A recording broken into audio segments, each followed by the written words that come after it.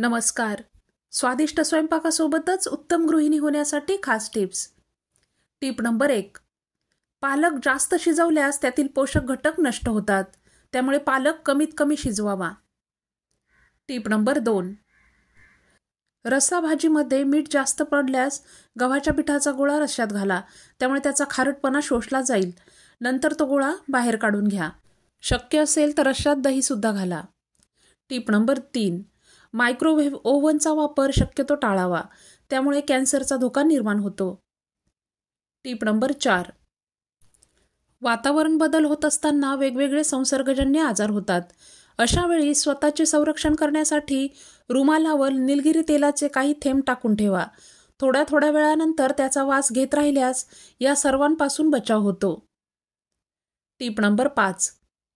जेवताना रागात जेवू नये, कारण त्यामुळे अपचन होऊ शकते. Tip number 6. मेथीचे मुटके बनवताना ते कडू लागत असतील तर त्यात साखरेऐवजी एक केळं कुस्करून घाला, त्यामुळे त्याचा कडवटपणा कमी होऊन मुटके स्वादिष्ट होतात. Tip number 7. आंघोळ करताना पाण्यामध्ये थोडे मीठ टाकल्यास अंगाला घामामुळे येणारी खाज नाहीशी होते. Tip number 8. चेहऱ्यावरील सुरकुत्या घालवण्यासाठी ज्या भागावर सुरकुत्या आहेत त्या भागावर तुरटीने 5 मिनिटे मालिश करून थोडा वेळ तसेच ठेवा. नंतर थोड्या वेळाने चेहरा धुवा. हा उपाय दररोज दिवसातून 2दा केल्यास काही दिवसातच फरक जाणवेल. Tip number 9. हळद हलकीच भाजून मधासोबत चाटून खाल्ल्यास सर्दी खोकल्यात आराम मिळेल. Tip number 10. कोल्ड्रिंकचे सेवन कमीत कमी करावे. याचे प्रमाणापेक्षा अधिक सेवन केल्यास दातांचे पायरियासारखे आजार होतात. Tip number 11. पोटात जास्त प्रमाणात गॅस बनत असेल, त्याचप्रमाणे आंबट ढेकर येत असतील तर लिव्हर व्यवस्थित काम करत नाही असे समजावे. यासाठी रात्रभर पाण्यात भिजवलेल्या मनुका सकाळीच खाव्यात. Tip number 12. बिर्याणी बनवताना शक्यतो मातीचे भांडे वापरावे. बिर्याणी अधिक चवदार होते. Tip number 13. केस धुताना कधीही गरम पाणी वापरू नये, त्यामुळे केस कमजोर होऊन तुटतात, तसेच केसांच्या इतर समस्या सुद्धा सुरू होतात. Tip number 14. तूर डाळीच्या वरणाला फोडणी देताना थोडा पालक किंवा थोडी ताजी मेथी घातली तर वरणाला चव फार छान येते. वरणाला तेलाऐवजी तुपाची फोडणी दिल्यास लहान मुले सुद्धा आवडीने खातात. Tip number 15. घरातील साठवणीचे धान्य तसेच डाळी यांना कीड लागू नये म्हणून त्यात हिंग किंवा लवंग टाकून ठेवावी. Tip number 16. शरीरात अशक्तपणा जाणवत असेल किंवा खूप थकल्यासारखे वाटत असेल तर दुधात खजूर उकळून खा. त्यात थोडे ड्रायफ्रूट देखील आपण घालू शकतो. Tip number 17. कोरफडीचा रस किंवा ॲलोव्हेरा जेल भाजलेल्या जागेवर लावल्यास होणारी जळजळ थांबते व फोड सुद्धा येत नाही. Tip number 18. साखर न घालता लिंबू पाणी पिल्यास तोंडाला घाणवास येत नाही. Tip number 19. ज्या स्त्रिया रात्री झोपताना बदाम तेल अथवा खोबरेल तेलाने चेहऱ्यावर मालिश करतात त्यांचा चेहरा चमकदार दिसतो व चेहऱ्यावर सुरकुत्या सुद्धा येत नाहीत. Tip number 20. जुलाब होत असतील तर अशा वेळी शरीरातील पाणी कमी होते. त्यासाठी 1 ग्लास पाण्यात 1.5 चमचा साखर व अर्धा चमचा मीठ घालून पिल्यास शरीरातील क्षारांची झालेली झीज भरून येते. Tip number 21. पोट फुगल्यासारखे वाटत असेल तर दालचिनी चघळून खाल्ल्यास आराम वाटेल. Tip number 22. कमी ऐकू येत असेल तर काही दिवस जिरे दुधात उकळून पिल्यास ऐकू न येण्याची समस्या दूर होते. Tip number 23.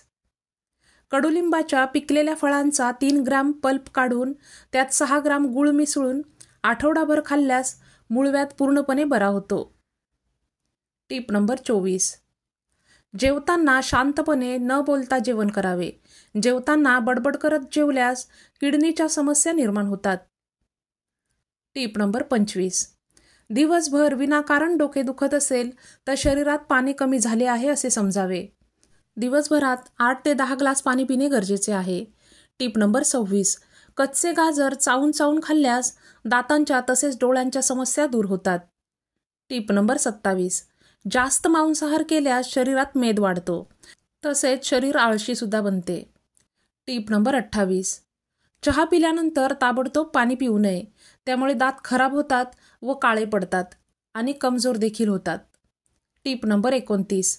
काळा कुट्ट झालेला टॉवेल नव्यासारख्या चमकवण्यासाठी 1 कप व्हिनेगर आणि 1 चमचा बेकिंग सोडा पाण्यात मिसळून यात 1 तासभर मळकट झालेला टॉवेल भिजत घाला.